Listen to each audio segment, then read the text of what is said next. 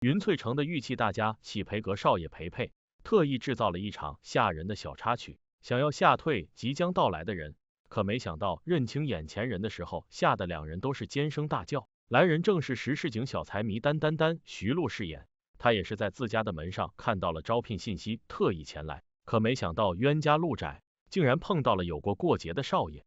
时间回到了1天前的云翠城第一驿馆，丹丹丹在这里假装艺人，向客人兜售玉器，遇到了前来这里玩耍的裴佩。裴佩慧眼独到，眼前的玉佩只要一过就知道真假成色如何。恰好这个时候看到了招摇撞骗的丹丹丹，本想抓着丹丹丹给一些惩罚，让他不要出来招摇撞骗，可是没想到裴家的大掌柜裴秦氏带着人来到这里抓裴佩。裴佩生怕被母亲抓住，赶紧想要逃走。丹丹丹察觉到惊慌的裴佩有些不对劲，抓着他的手就是不让离开。无奈之下，裴佩被迫买下了丹丹丹手中的所有玉器，这才被放了出来。其实这些被裴秦氏都看在眼中，倒是忍俊不禁，似乎从丹丹丹身上看到了自己年轻时候的模样。裴佩回到家里，伺候的丫鬟翠柳就要献殷勤，恰好被裴秦氏回来看见，不满丫头轻浮行为，打算为裴佩再找一个丫鬟。裴秦氏希望裴佩继续参加斗玉大赛，可遭到了拒绝。虽然那件事过去了几年，可是裴佩依然不愿意面对，裴秦氏也只好摇头叹息。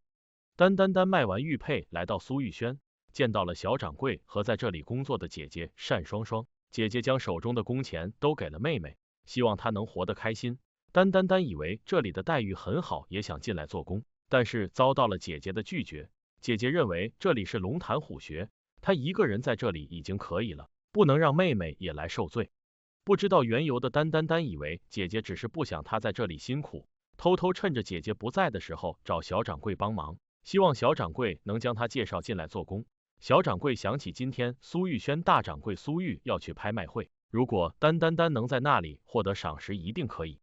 当晚，苏玉和裴佩都来到拍卖会。裴佩一直瞧不上苏玉轩的东西，认为里面都是一些不入流的玉器，扰乱了市场的行情。裴佩没想到刚来拍卖大会就遇见了也跟着小掌柜一起来的丹丹丹，为了较劲，只要是丹丹丹拍的东西都会被裴佩抢走。一个玉佩再次被拿上来的时候，近距离观看的丹丹丹一眼看出成色其实不是很好，反而是2楼的裴佩需要借助望远镜才能看得清楚。丹丹丹心生一计，故意用手中的铜镜反光，扰乱了正常的光泽度，让裴佩做出了错误的判定。接着丹丹丹又故意大声叫价，引得裴佩竟然将价格飙升到了600两买下来。当着那么多人的面，即便后来知道东西不是好的，裴佩也不能不买。裴佩摘掉是丹丹丹动了手脚，气得就要追赶他，丹丹丹却趁着人群混乱逃走了。刚出来，丹丹丹就遇到了苏玉，希望能在这里工作，但苏玉却认为丹丹丹是3无人员，从来没有从事过这种工作，也不可能做鉴玉师。丹丹丹伤心离开的时候，遇到了追过来的裴佩，裴佩还没有来得及兴师问罪，就反过来被丹丹丹埋怨一番，吓得裴佩落荒而逃。这一幕被裴秦氏看到，不由得露出了笑脸，故意让嬷嬷李翠香去丹丹丹门口贴招聘启事，但要求却很刺激。丹丹丹带着招聘启事一路来到了府中，第一个见到的竟然是翠柳。翠柳得意洋洋，认为自己现在是丫鬟，将来一定不是，所以根本没有将丹丹丹放在眼里。李桂香及时出现，将丹丹丹带去见裴秦氏。丹丹丹此番来其实并不想做丫鬟，而是希望能做一个鉴玉师，在他看来今天是个机会。可没想到最终裴秦氏还是给了一个丫鬟的名义，但却强调次丫鬟非比丫鬟。为了能成功做一个鉴玉师，丹丹丹还是打算忍辱负重留下来，这才按照安排去了裴佩的房间里。裴佩也没想到来的人竟然是丹丹丹，还挨了丹丹丹一巴掌。丹丹丹大声表示自己是来这里的丫鬟，裴佩也干脆亮明身份，他是这里的少爷，拉着丹丹丹就要走。裴佩径直拉着丹丹丹来到了裴秦氏的面前，指责丹丹丹是苏玉轩的奸细，认定他是苏玉轩的人。裴秦氏要求裴佩拿出证据，裴佩不敢说出那天去了驿官的事情，见没有证据，裴秦氏却坚持要将他留下来，还安排丹丹丹去参加鉴玉工作，只要干得好就留下来参加斗玉大赛。裴佩刚要反对，就被母亲打断，如果不愿意让丹丹丹前去，就必须是裴佩代替他去参赛。裴佩无言以对，掉头就走。裴秦氏回到房间里暗自落泪。之所以裴佩不愿意参加斗语大赛，也是因为裴老爷裴楚风活着的时候不允许裴佩参加斗语大赛。裴秦氏解释，那时候的裴楚风只是为了顾全大局，可儿子根本听不进去。现如今家里的确是缺一个能信得过的自己人，他认为启培阁里面出现了内鬼。现如今裴秦氏比较喜欢丹丹丹，希望自己没有看错人，能让裴佩重新活过来。正是因为裴佩不喜欢丹丹丹，所以才安排过去。如果丹丹丹真的能敲打一下裴佩，让他重新站起来，丹丹丹就是最大的功劳。丹丹丹非要在房间里到处干活，打扫完这里打扫那里，严重影响了裴佩的作息。裴佩无奈提出要给丹丹丹比老妇人给多1倍的钱，让他离开。丹丹丹却并未打算离开，也不在乎这些钱。裴佩想要找出问题，赶走丹丹丹，可是跟班阿六检查一番之后，发现一尘不染，简直找不到理由。裴佩调侃丹丹丹的名字并不好，而丹丹丹也反过来讽刺了裴佩的名字。裴佩一时对不上话，只能打算来日方长，不信找不到理由让丹丹丹离开。裴秦氏安排郝掌柜将丹丹丹带去启培阁，跟着学剑玉，到时候参加比赛。可老掌柜却认为这是自动组队，让丹丹丹自己去找愿意跟他在一起的人。丹丹丹找了好几个人，但没有人愿意搭理他，都充满敌意。无奈之下，丹丹丹只好打算从销售玉那边寻找突破口。阿六一直默默跟踪着丹丹丹。丹丹丹来到前台想要帮忙，结果却被郝掌柜数落一通。如果他帮大家干活，大家就要面临失业了。此时有一对情侣走进来，男人想要让女人在这里买玉器，可是被女的讽刺是想要买过时的东西。男人慌忙陪着女人去了苏玉轩。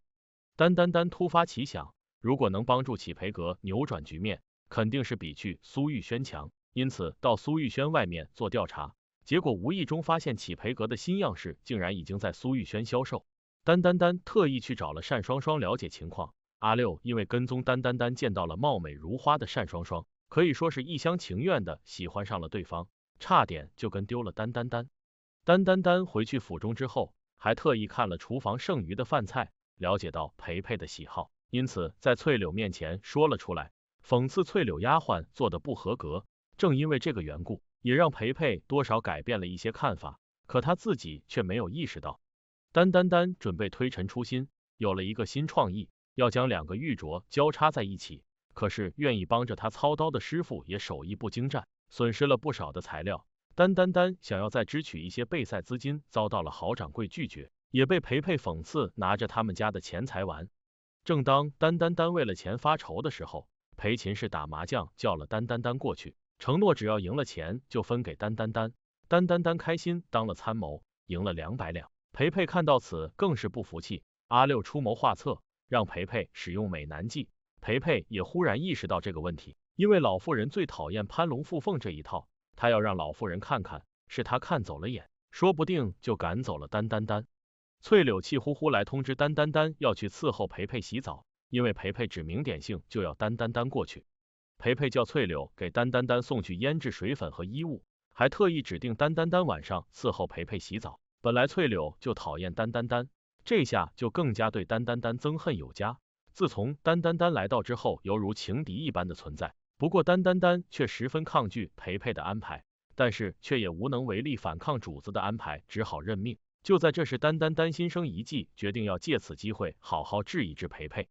丹丹丹做好准备，便去了裴佩房间。虽然裴佩也很反感丹丹丹，但是为了治一治，他也是硬着头皮被迫接受丹丹丹。于是叫丹丹丹给他先按摩背部。有备而来的丹丹丹叫裴佩趴下后，便叫杨玉环上手给裴佩一顿踩背。200多斤的杨玉环踩得裴佩痛不欲生，一转身发现竟然是杨玉环，气的裴佩不知道骂他们什么好。就在这时，老夫人裴秦氏带着人也赶到了。有人打小报告称，有人故意勾引裴佩少爷，特此裴秦氏过来看看，吓得裴佩赶紧叫杨玉环躲了起来。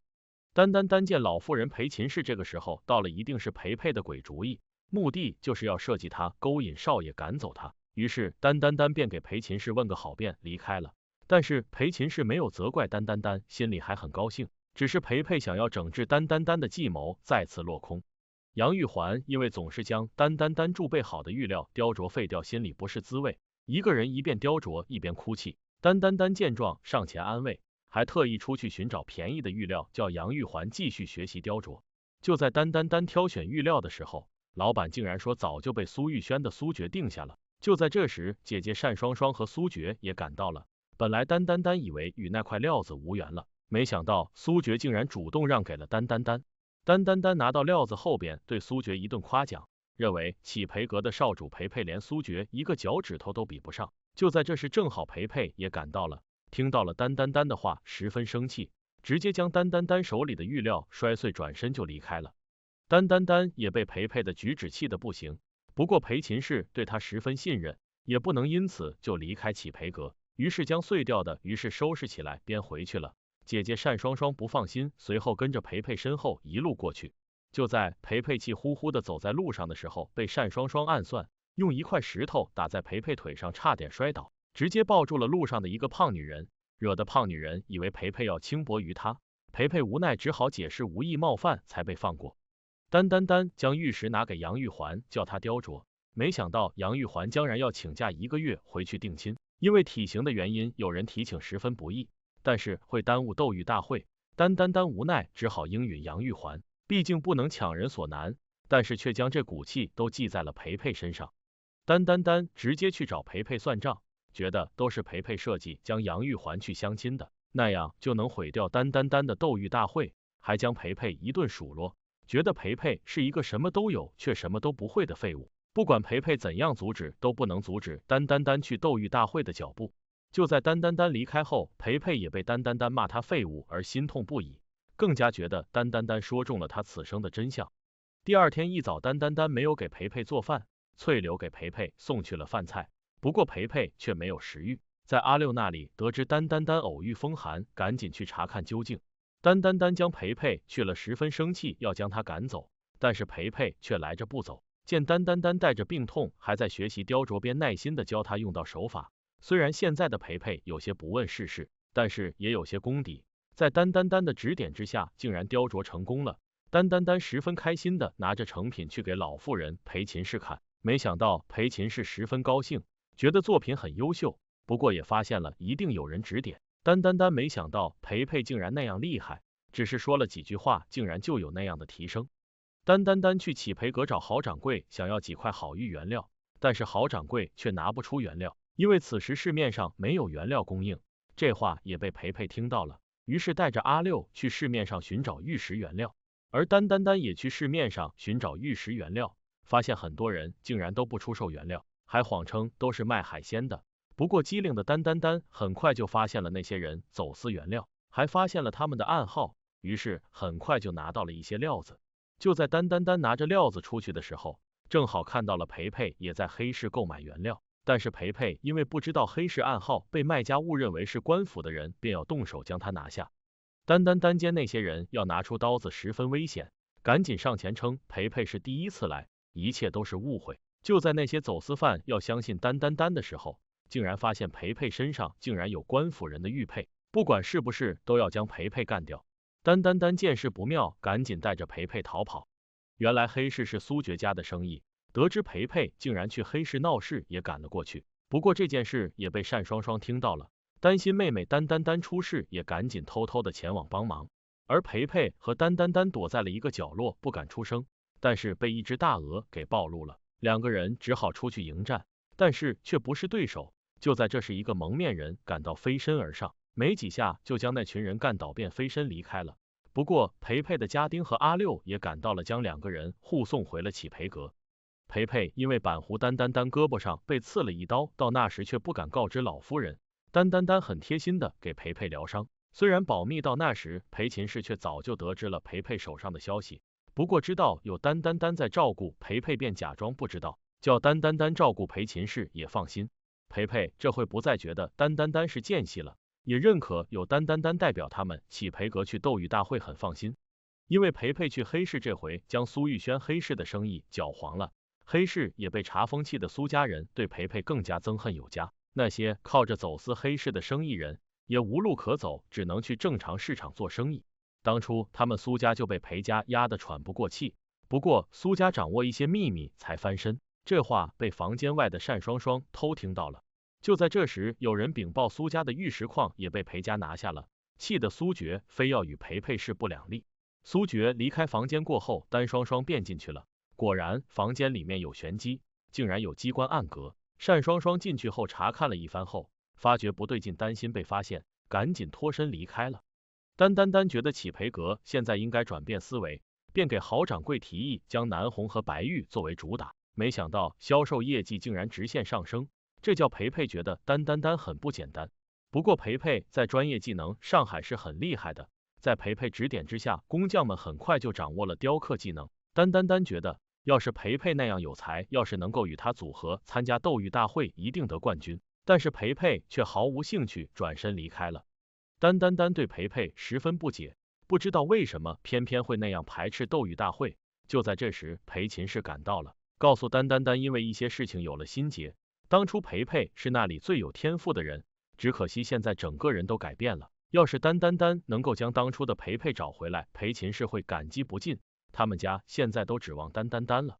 苏决也对斗玉大会有十分充分的准备，要做一个碧水鸳鸯摆件作为夺冠作品，还要将那件作品送给单，显然实在收买单双双之心。单在阿六那里得知当初裴佩因为参加斗玉大会之后便有了心结，不过却支支吾吾的搪塞单，这叫单对裴佩的心结更加好奇了。单双双再次潜入苏决的密室，想要知道苏决参赛的真正设计图凤冠，不过发现竟然只有一张设计图，还差一张。就在这时，苏决和下人也进去了，单双双赶紧躲了起来。苏决和下人商议，不知道究竟是谁夺走了另外一张凤冠设计图，不过都归咎于裴家。就在苏决离开后，单双双也现身了，但是却好奇当初进贡的凤冠竟然也不在苏家手中。单双双一个人去祭拜父亲的墓地，回想起当初父亲被刺留下的遗言，更加难过。没想到父亲竟然被人利用了，凤冠上的琥珀不能入药，叫单双双保护好自己，便离开了人世，还叫单双双千万不要报仇。单双双觉得他潜伏的苏家没有发现线索，有可能线索会在裴家。